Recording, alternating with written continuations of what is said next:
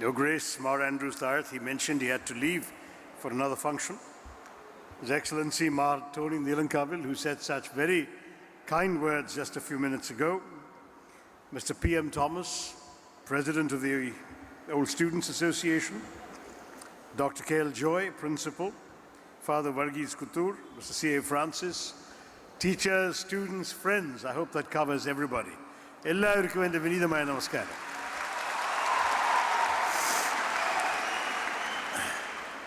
I have to apologize at the very start, not just for being a bit late because of other functions on the way, but because unfortunately I have a very nasty cough and cold, and I've had to start antibiotics yesterday, so I'm not at my best form, and I might be coughing through my statements, so don't be too alarmed. But I will say a few words, and I'd be very happy if any of you want to take a couple of questions as well. But I understand the afternoon being late, you'll all have to wrap this up. So I'm going to try and be brief and focused on the very important topic you've given me, the Indian Constitution. The fact is that our Constitution is a remarkable document. It was adopted, it was agreed, first of all, on the 26th of November 1949, after almost 3 years of serious deliberation beginning in 46, before independence. And when it was concluded, it was actually the longest constitution in the world. It had thought of everything. It had tried to cover a vast amount of ground. The framers had read and been inspired by many of the constitutions in the world. They had applied those principles effectively to the Indian context.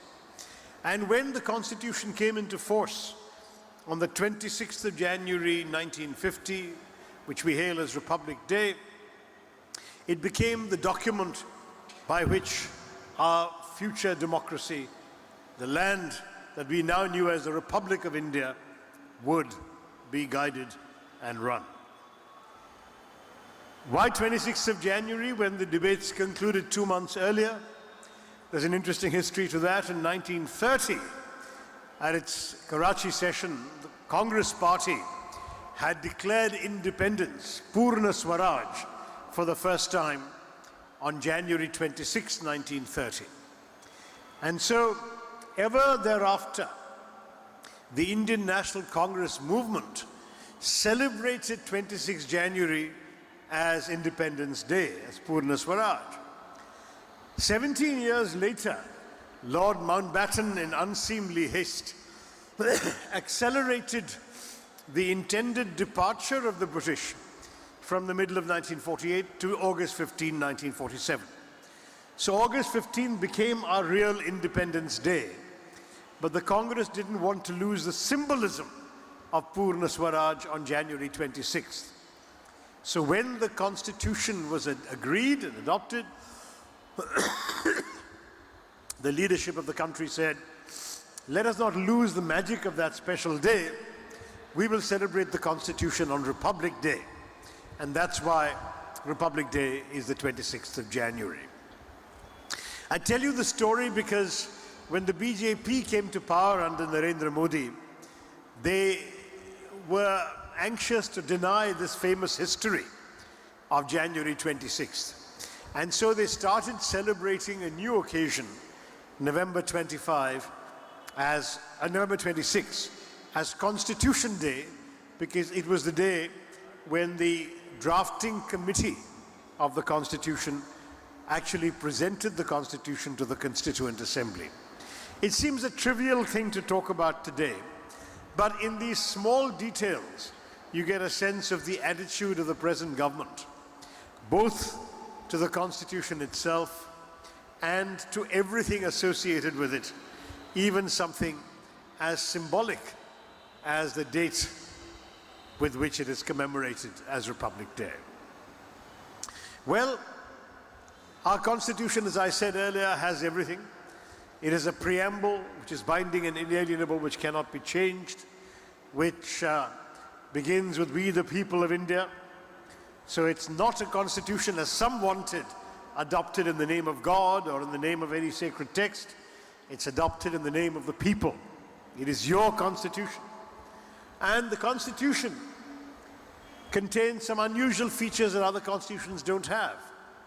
In addition to the actual constitution itself, which covers all the predictable ground, including defining the union, who's a citizen, the rights, the duties, all of that, it includes a section called the Directive Principles of State Policy, where the Constitution seeks to lay down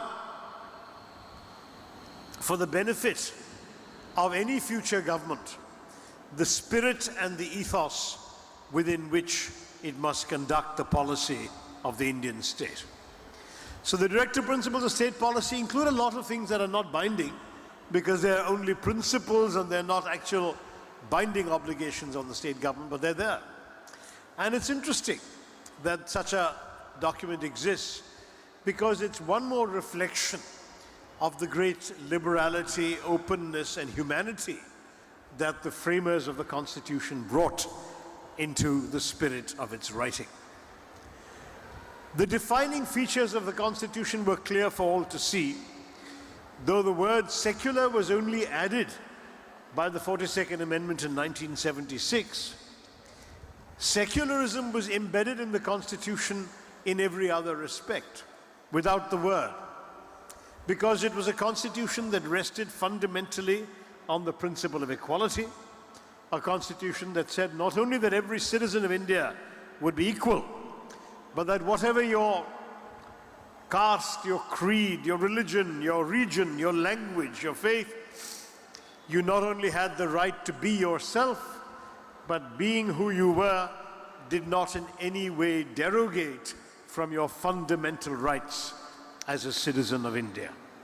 That was the magic of the Indian constitutional principle, and it was with that magic that the Constitution extended its application for 72 years, creating a nation of laws, creating a nation of equal citizens, creating a nation of freedom of religion, worship, and propagation of religion, creating a nation that became an example to the world of the successful management of diversity, and not just routine diversity, perhaps the most astonishing diversity seen on this planet, where we have snow peaks and tropical jungles, we have deserts and we have seas and rivers, we have people as dark as Africans and as fair as Europeans and as high cheekboned as Chinese, all coexisting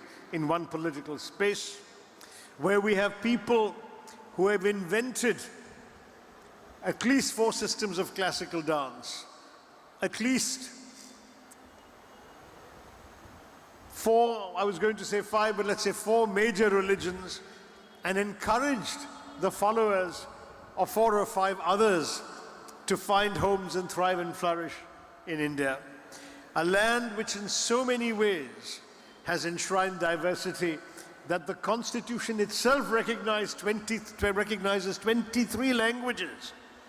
And as I once joked, we are a society which has at least 400 ways of cooking the potato. And it's not even as if the potato is an Indian vegetable. It only came into India after the Portuguese brought it in from Latin America 500 years ago. So we are looking at a country of astonishing diversity with great success in managing that diversity until today. Today, as has been said by His Excellency Tony Nilankavil, the Constitution appears to be under threat as never before. We have gone through difficult times in our politics. Even though my own party was responsible for the emergency, I'm not personally an admirer of the emergency. I think it was morally wrong and politically disastrous. But it was constitutional. The provisions under which the emergency was declared were present within the Constitution of India. What we're seeing today, however, seems to be a fundamental assault on the Constitution itself, as well as on the spirit of its working. What do I mean by that? Let me take you a little back in time. Why did our nationalist movement, our freedom struggle, split? It split not on ideological grounds, it didn't split on Marxists versus capitalists, not on geographical grounds, it didn't split on northerners versus southerners. It split on one principle and one principle alone. Should religion be the determinant of nationhood? And those who believe that their religion determined their nationhood, that is, those who advocated the idea of Pakistan, they formed a separate country called Pakistan. That was the idea of Pakistan. Whereas everybody else, starting with Mahatma Gandhi, Jawaharlal Nehru, Maulana Abul Kalam Azad, who was president of the Congress from 1940 to 45, Dr. Ambedkar, every other leader you can care to think of from the freedom struggle, they all said, no, our freedom struggle was for everybody. We have fought for everybody's freedom, and we will keep and preserve a free country for everybody, and we will write a constitution that enshrines the equality of everybody. And that's what they did. That's what we're talking about today. But one set of people rejected that idea. V.D. Savarkar, the proponent of the Hindutva theory, the long-serving Sarsanchalak, the leader of the RSS from 1940 to 1973, M.S. Golwalkar, and the President, General Secretary and President of the Bharatiya Jan Sangh Party, established by the RSS, Deen Dayal Upadhyay, they all rejected the Constitution of India from the very start. They said this Constitution is deeply flawed. They said it is flawed because it encapsulates a territorial idea of nationalism. The Constitution, it says, assumes that there is a territory called India, and it's written for all the people on that territory. Wrong, they all said. A people is not, a nation is not a territory. A nation is a people, and the people of India are only the Hindu people. This must be a Hindu Rashtra, a Hindu country, and everybody else is either a guest or an interloper who has broken in to our country. That was their philosophy, and they wrote it in great detail. In my book, Why I'm a Hindu, I have quoted extensively from the writings of these ideologues of the Hindutva movement to explain how fundamentally the roots of Hindutva are against the Constitution of India. And what these people then did, very simply, was to argue that there was an entire ideological basis for their rejection of the Constitution, that it was not authentic enough in the Indian ethos, that the only authentic Indian ethos is the Hindu ethos. Hindutva, according to its original theorist Savarkar, meant that only those people whose Matrabhumi was India, whose Pitrabhumi, the land of their ancestors, was India, and whose Punyabhumi, their holy land, was in India, only they were Hindus and only they were entitled to this country, whereas that would, by extension of that definition, encompass not only Hindus but also Buddhists, Jains, Sikhs, because they all have their Matrabhumi, Pitrabhumi and Punyabhumi here. The Muslims and the Christians, and for that matter the Jews, would automatically be excluded because their Punyabhumi is somewhere else. And on that basis, the ideologues of this movement, which comprise everybody who has ever taken a course of instruction in the RSS or the Vishwa Hindu Parishad or the Bajrang Dal, are essentially the family of organizations known as the Sangh Parivar, they remain unreconciled to the liberal, accommodative constitution that enshrines equality. And this is the context against which you must see what has happened with the Citizenship Amendment Bill. The bill itself, as the government keeps pleading, is only meant to benefit persecuted minorities in 3 neighboring countries. That's still not a good enough answer, because the fact is that the principle of the bill is wrong, since nowhere in the history of the Indian Constitution has a religious test been prescribed for citizenship until this bill, which identifies only specific religious denominations that can qualify. The second problem of principle is why these religions and why these countries? First, BJP said it was to complete the unfinished business of partition. That explains Bangladesh and Pakistan. But why Afghanistan? Then they said it's only persecuted minorities. But are there not persecuted minorities in other countries? Have we not seen the Rohingyas of Myanmar? Myanmar was part of India till 1935. Have we not seen the persecuted minorities, the Rohingyas, coming here? They don't get refugee status in this country. What about the Sri Lankan Hindus, the Sri Lankan Tamils, Hindus, Muslims and Christians who have been persecuted in Sri Lanka during the bad years there and have been in Tamil Nadu for 20 years? Is the government not prepared to extend the same benefits to them? The answer is no. Why not? Even though a majority of them are Hindus?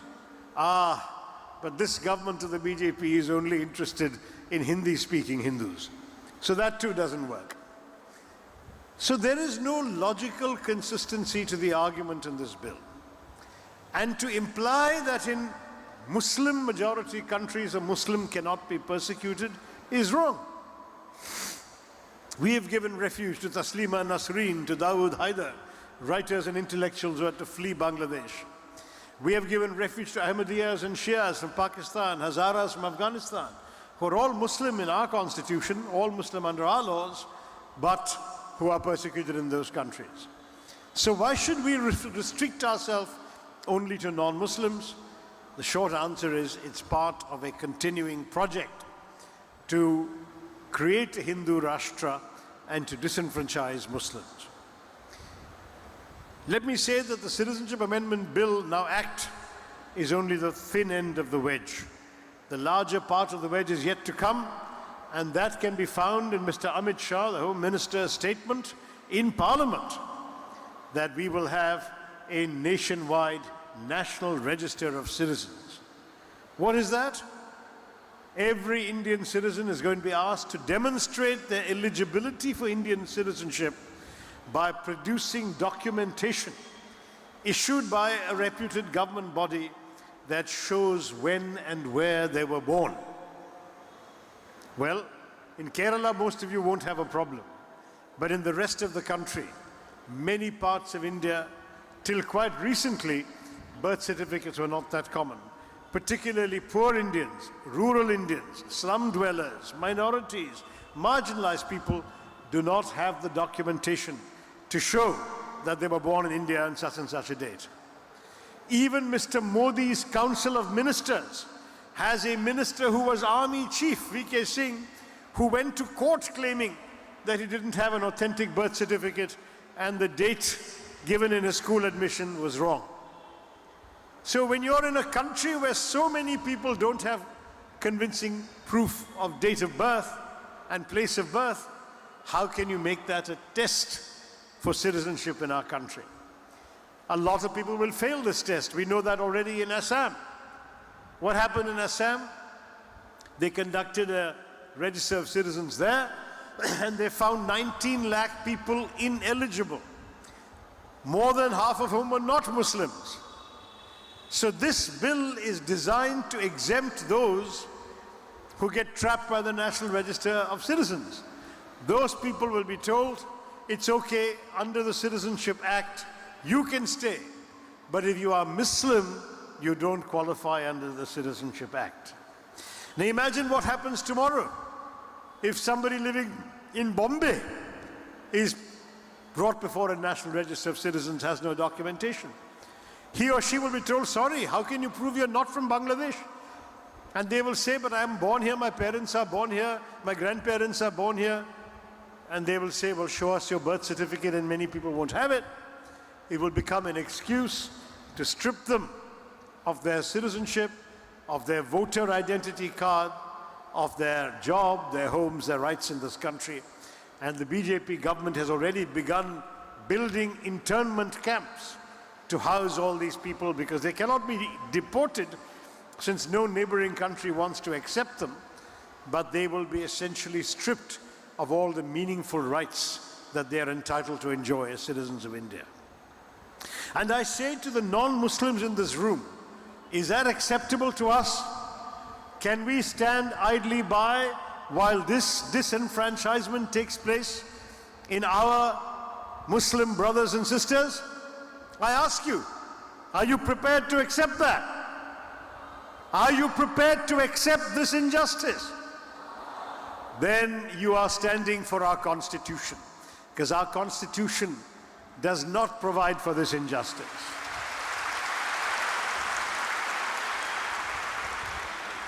Our Constitution respects everyone equally. How somebody turns to worship their idea of the divine is their business. They can stretch their hands out to God, they can bow 5 times a day, they can do the sign of the cross, they can smear their forehead with ash, they can conduct archanas in a temple. That is entirely their business and not the business of the state. And that is the core principle of the Constitution that is under threat today. I am not talking about a word like secular, I'm talking about a spirit, the spirit of equality, the spirit of diversity, the spirit of Indianness.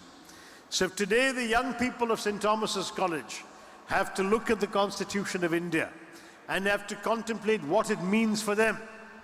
I would ask you each to imagine the face of your Muslim classmate. Imagine the face of your Muslim friend, your favorite Muslim actor, your favorite Muslim sportsman, and say, am I more equal than he or she is? Does that person have a smaller entitlement to breathe the free air of this country, to say with pride that they are Indian than I do? I know you will all say no, because you have been brought up in the right values of this state, of this college, of this country, and of this Constitution. Let us safeguard those values. Let us fight to preserve the Constitution of India. Let us keep India free. Jai Hind. Thank you. I hope the students have a mic also. Iniki matram mic is nowhere. Okay, you've got a mic. Tell me who you are, what you're studying, where you're from. Sir, I'm Afla from St. Thomas College, HSS. I'm currently pursuing +2 studies in. And my question is, Rajya Sabha plays a major role in legislation, but very often nominated members are decided by the party in power. What is your opinion in considering educational qualifications as criteria for such nominations? I agree entirely with you. I think there's something wrong with a system where politicians who are either not popular enough to get elected or can't be bothered to contest an election are coming into the upper house to act as elder statesmen and wise people and maintain such a control over the workings of the upper house of the party. I agree with you, that is wrong. I think politicians should get the support of the voters, and the upper house should consist of ideally people with a different kind of expertise, higher education, professional qualifications. Perhaps you could have specific interest groups that are otherwise underrepresented. You could have, for example, a larger proportion of women members, since the Lok Sabha does not always elect enough women. We only have 11% of the Lok Sabha is full of women. We could have more reserved in the Rajya Sabha. The Rajya Sabha should be qualitatively different from the Lok Sabha. The alternative is to go the American route. The American route started off like ours, where the upper house, the Senate, was elected by people from the state assemblies in America. But in the early 19th century, they shifted to direct election. And so the main thing is, in the Senate in the US, every state has the same number of senators, 2 senators per state. Whether you're a small state or a big state, you have 2 senators. And those 2 senators are elected by everybody. So they also have political credibility because they were elected. So I would say one of the two options, either your option, education, professional qualification, gender, some specialization, that makes them truly a house of elders, or direct election that makes them truly a house of politicians. It should not be a free pass for defeated politicians to have a comfortable 6 years in Parliament.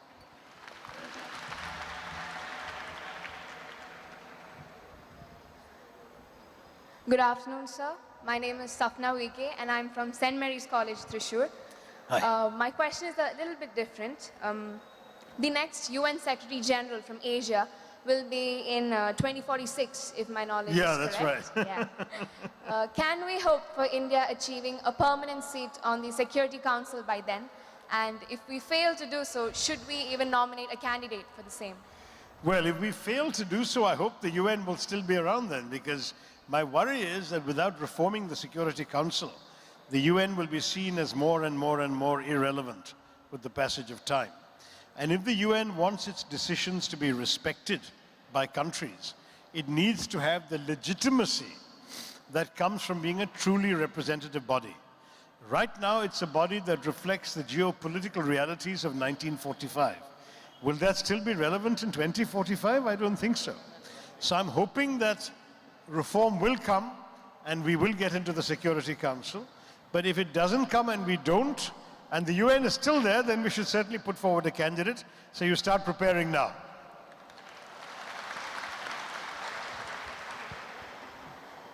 Good afternoon, sir. I am Devargis from Bharatiya Vidya Bhavan, Puttur. Hi. I am currently studying in 9th. I have a question for you. Center-state relations are now in a state of transformation. 7th schedule of our constitution clearly delineate the subjects of administration. Do you support the move for amending the 7th schedule? You know, I haven't thought enough about it. So let me take a pass. I tend to take my politics and my responsibilities in Parliament very seriously. So before I take a view on something like amending the Constitution or one particular part of the Constitution, I feel I should study it more before giving you an answer. So forgive me for not answering now, but I'll promise you one thing, I'll look at it very carefully before the next session of Parliament and come up with a considered position. And if I have a chance to speak, I'll say this young man from St. Thomas, from Bharatiya Vidya Bhavan in Thrissur reminded me that I need to study this issue. So here is my point of view. Thank you very much. Good afternoon, sir. I'm Neerav. I'm from Nirmal Mada Central School. I'm currently in class 12. Firstly, congratulations on the Sahitya Academy Award. Thank you. Sir, my question to you is, what is your opinion about the Centre's decision to revoke Article 370 of the Constitution? And do you think it will be beneficial for Kashmiris and Kashmir in the long run? Well, in the short run, it certainly isn't. It's been disastrous.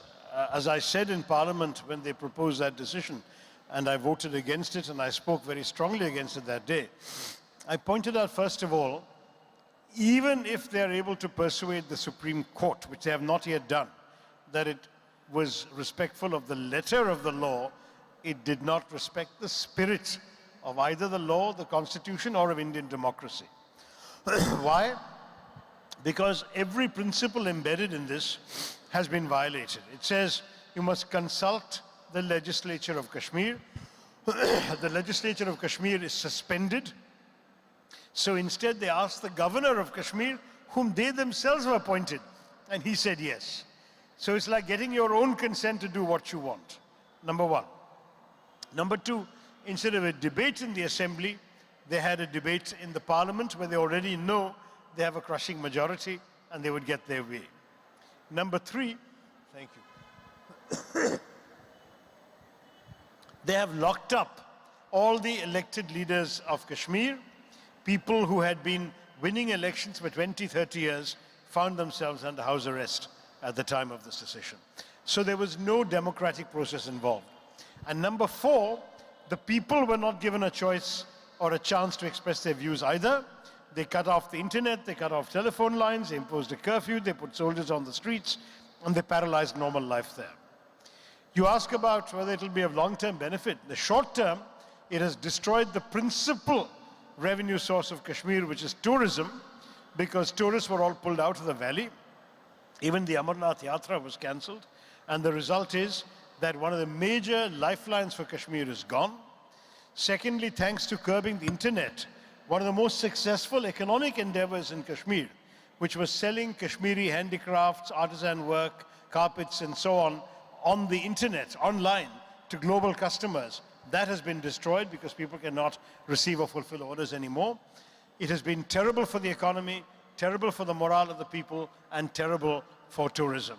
So there is absolutely no benefit I can see from it whatsoever, other than the fulfillment of this very narrow-minded, bigoted, particularist agenda by the government that we have. In the long term, what could happen? Well, first of all, as I have said repeatedly, let them lift all the restrictions and the lockdown and let people express their views freely. Let them have a chance to show how they feel about this. My impression is that even Kashmiris who are loyal to India have now been alienated and are bitter. I fear that this will be the gesture that will cause us more short and long-term damage and will damage irreparably the relationship between Kashmir and the rest of India like nothing else has. I'm not happy at all about it. I've made my views very clear, but time will tell whether my pessimism is borne out or the blithe optimism of the ruling party.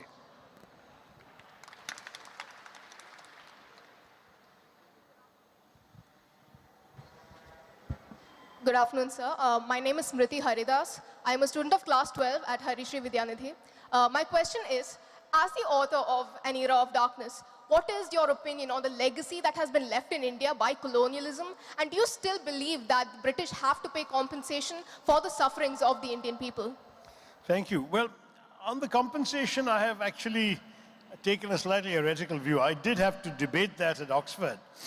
So, because the topic was about reparations, what I said was that you cannot put a monetary value on the damage done by the British. You cannot put a monetary value not just on the trillions of dollars drained out of India, but on the 35 million lives lost because of unnecessary famines caused and prolonged by British policy. So how do you put a value on a life? So I said, since any payable amount would not be credible and any credible amount would not be payable, you just give a symbolic £1 a year for the next 200 years, and that'll be a way of saying sorry. But of course, no finance ministry can administer such a scheme. So it's not the compensation, in my view, that matters. Recently, a professor in London, of Indian origin, Professor Ursa Patnaik, calculated that the total British drain of wealth from India was, in today's money, 45 trillion pounds sterling. Since the entire GDP of Britain is only 3 trillion, you're talking about 15 years worth of GDP. How can you ever ask for that back? It'll never happen. My advice is forget it. But the overall legacy, you have to read my book. I cannot tell you in 2 minutes what I've spent 300 odd pages spelling out. But it's been a devastatingly negative legacy. And amongst the very few good things that we've got from it is this language in which we are able to communicate nationwide. But if it wasn't for the Brits, it would probably have been Marathi with the Marathas or Persian with the Mughals. We would have had a language. It's not that language itself is a great asset. I happen to love the English language. That's a language I grew up learning and reading and speaking. But you and I could be speaking something else. It wouldn't change anything. The fundamental thing is, what has it done to our civilization, to our prosperity, to the well-being of our people? What institutions has it left us with, and what problems has it caused for us over the years? And there my book will tell you the picture is not a pretty one. Good evening, sir. My name is Shashi. I'm from Pameka Vidya Mandir, studying in +2. The question I wanted to ask you is that, what is your opinion on the intellectual brain drain that is a phenomenon in India? And what would you suggest to, what would be your opinion, and how can we prevent it? Well, there is some dispute now as to whether the brain drain is genuinely a loss for the country. There used to be a much worse brain drain when I was your age, because in the 60s, for example, and the 70s, the entire graduating class of the IITs and the IIMs would go abroad and never come back. In fact, Silicon Valley has flourished on the backs of these boys and girls trained in the IITs established in the 60s and 70s. So if you were to look at that, that was a colossal brain drain. Today, that is not happening nearly so much. Perhaps half the class is going, but more than half of those are coming back. So that's the first thing. Secondly, even that brain drain, the people who went actually remained affectionately committed to India. They became an asset to India in their new countries. For example, the Indian-American lobby is hugely influential in America in supporting a politics that is sympathetic to India in America. And that's become something that's an asset to us, not a drain or a loss. And again, many of them have invested back in India. They brought money into setting up institutions in Bangalore and Chennai and so on, which have actually become rather significant efforts for example, in the IT sector. A lot of the seed money for initial ventures in business process offshoring and technological support operations here for foreign companies came from Indians based abroad who were once part of the brain drain, but their money coming into India has made it a brain gain. So I would challenge the question of whether we really have a big problem there. I would of course be happy if many Indians went abroad, learned skills, learned practices, understood the best that's available internationally, and then came back to India to serve us. I've done that myself. I had 34 years abroad before coming here, and I believe I have a good sense of what India can aspire to. I have seen that we are in no way inferior. Our human resources, our brain power, our discipline, our hard work is no way inferior to what you see and what you can see in the most successful countries in the world. Our failings are usually in our systems, in our politics, in our corruption. These are things we need to overcome from within. But I certainly do not feel, having come back to India, that we have a major brain drain problem. I think in a democracy, those who wish to go, you should let them go. But I'm convinced they will remain loyal and affectionate to our country. Namaste, sir. My name is Rohan, and I'm from Bhavan's Puchati. So before I proceed with the question, I would like to congratulate you on your reception of the Sahitya Academy Award for your book, Era of Darkness. Thank you. So my question is, what is your opinion on the recent Operation Disha in Telangana? Which operation was that? Oh, you mean the killing of those? Yes. I think it was shameful. I said so at the time. You see, the whole process about running a country on the basis of rule of law is that justice is done when all possibility of injustice is eliminated. Maybe these fellows were the criminals, maybe they were the rapists, maybe they deserve the worst. But that should be established through due process of law.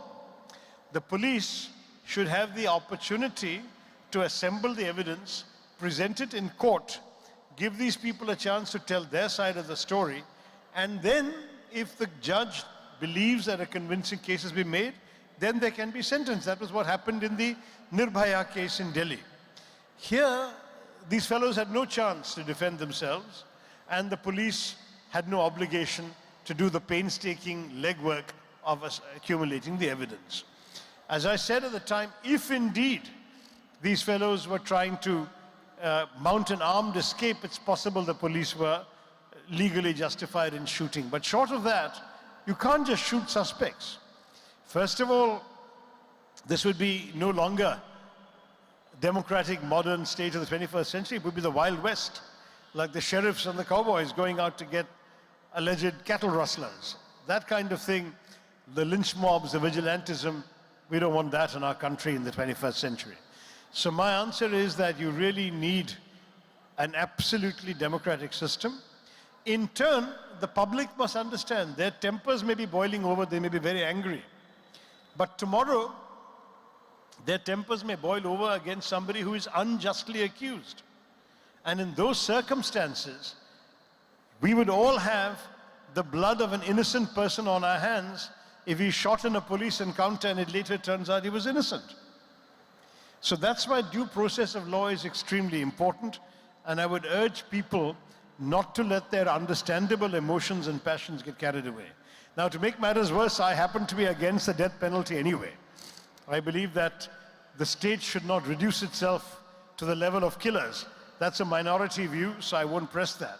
But even if you have the death penalty, it can only be delivered, as the Supreme Court said, after due process, after hearing, after all appeals are exhausted, and then too only in the rarest of rare cases. You know that even where people have been sentenced to death, for the last 18 months, the Supreme Court has not allowed any executions to happen. And why is that? Because they're saying it should be the rarest of rare. We should be satisfied it's the rarest of rare cases. So let's not be too trigger happy. That's unworthy of us as a democracy.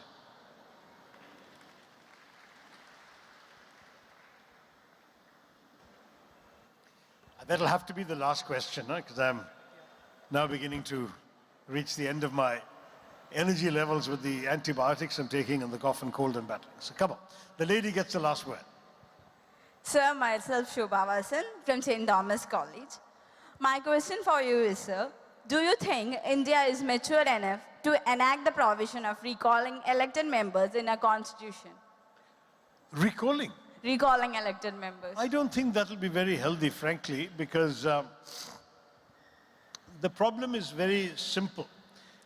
Every single elected member does not necessarily have a majority of the votes. I myself have 42, 43%. So there are many MPs and MLAs who have come in with 30-odd%. Now, if you have any issue on which temporarily the public is angry, the person already has a majority against him. And you would find it very easy to recall MPs, which create chaos in our democracy. And the next person to get elected may even have a lower percentage.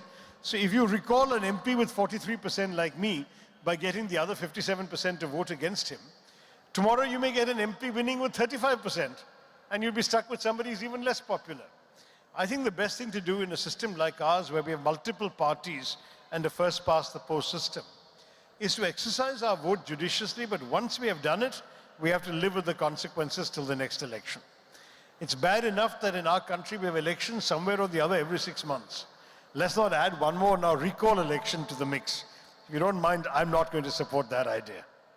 All right, well, thank you all very much. It's been a very enjoyable afternoon. Take care. Jai Hind.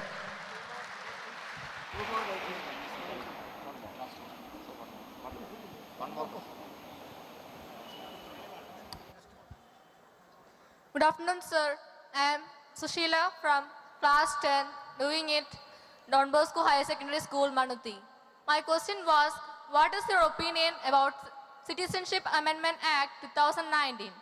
Since you have answered, I have another question, and that is, right to property was a fundamental right, and it is taken away recently. What is your opinion about that? Okay, so Citizenship Amendment Act, I've already answered. You've heard my answer. On the right to property, there was a judgment of the Supreme Court in the 1970s, not recently, that said it can be circumscribed in the interest of the state. And that's particularly because sometimes the state wants to have the right to break up large estates, zamindari rights, and so on, and also to take over land for projects of public benefit, highways, airports, roads, ports, and so on. And they don't want the right of private ownership to obstruct them. But though the right has thereby been limited or circumscribed, it has not been absolutely taken away. Tomorrow some policeman can't come to you and say, give me your watch because you don't have the right of property. That is still theft. You see what I'm saying? So it's only in certain well-defined circumstances that the state, the government, can take a considered view that your home is standing in the way of an important development that will benefit lakhs of people. Therefore, the government has the right to take over your home, and you do not have an absolute right of property, but the government has to compensate you for the value of your home and perhaps find you a land somewhere else to build another home. That much has to be done. But you don't have to worry about anybody arbitrarily taking away your, your property. That's certainly not something which I would be in favor of. Anybody would be in favor. Everybody has a right to property, but the only difference is under our system, and because of Supreme Court judgments, that right to property is circumscribed in the interest of public welfare and of the state. Okay, that young man had one last question, is it? Okay, go ahead. I have been bribed with a cup of coffee. I may as well answer yours while having it.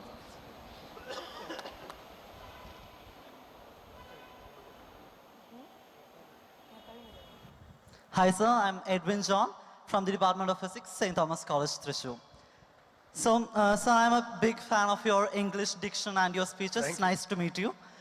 So, maybe I'm the odd one out of the 10 questions.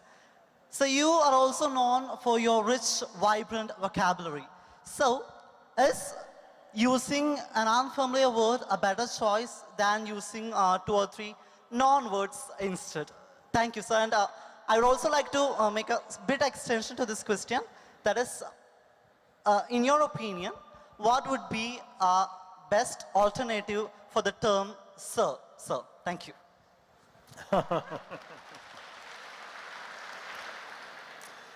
Both are very good questions. On the first one, I've always said the purpose of using language is to communicate. So if you use words that nobody can understand, you are not successful in communicating. Which means that if I have used a word that literally doesn't get my message across, I have failed. It's not something to be proud of if I've used 10 words and 8 of them no one understands. So the important thing is to use language people know. Now, my problem is perhaps that I know too many words. And this whole controversy started when I got very angry with a certain notorious television anchor. And I wrote a tweet which I genuinely did not think had any difficult words. These were all words I've been using from my college days and college debates and so on.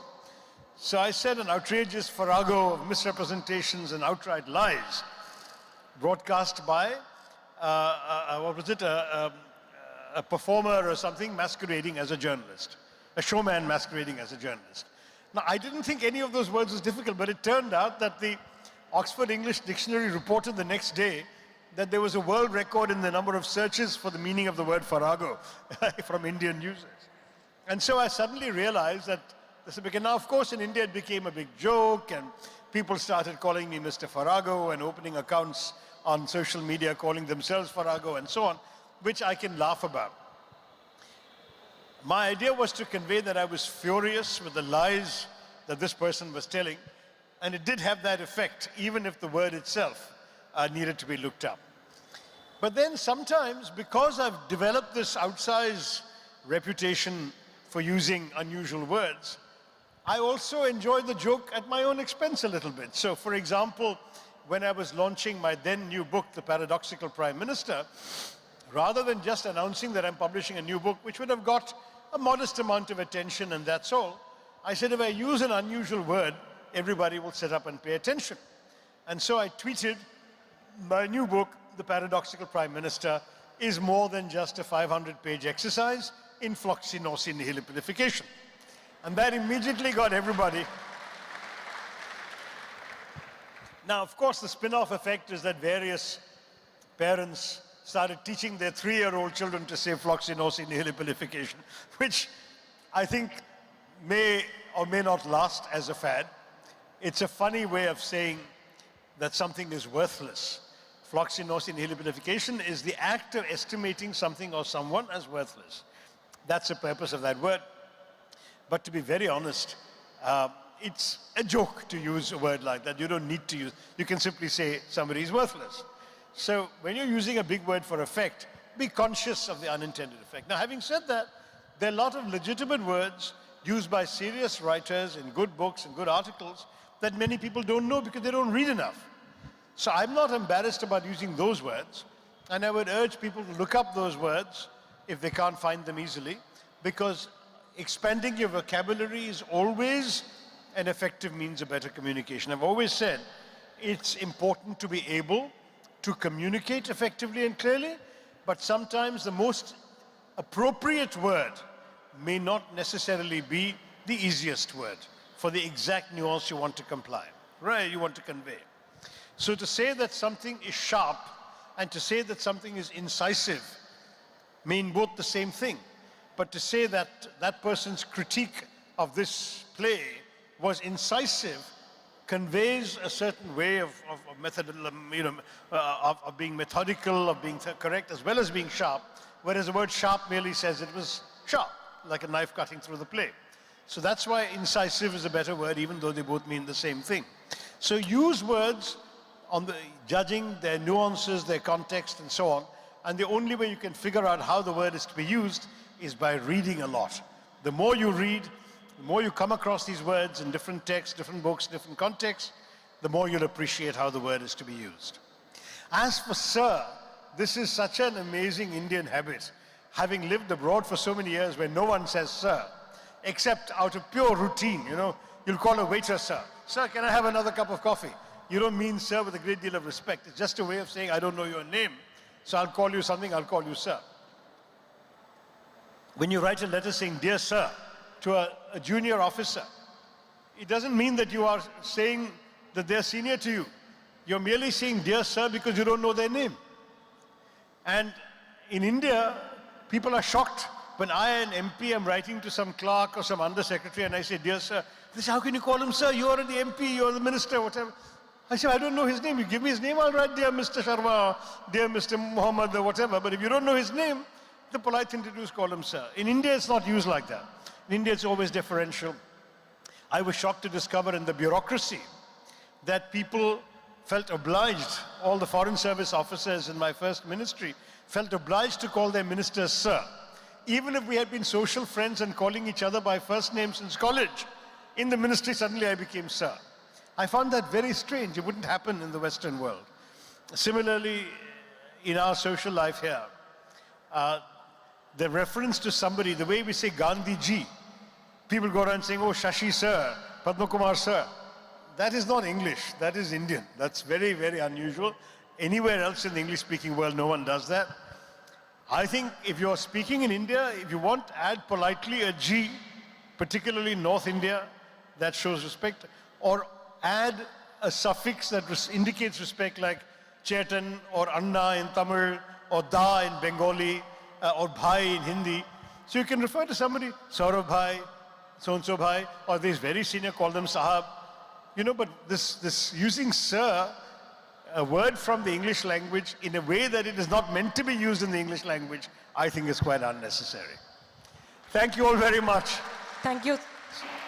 Ladies and gentlemen, sirs and madams, thank you very much.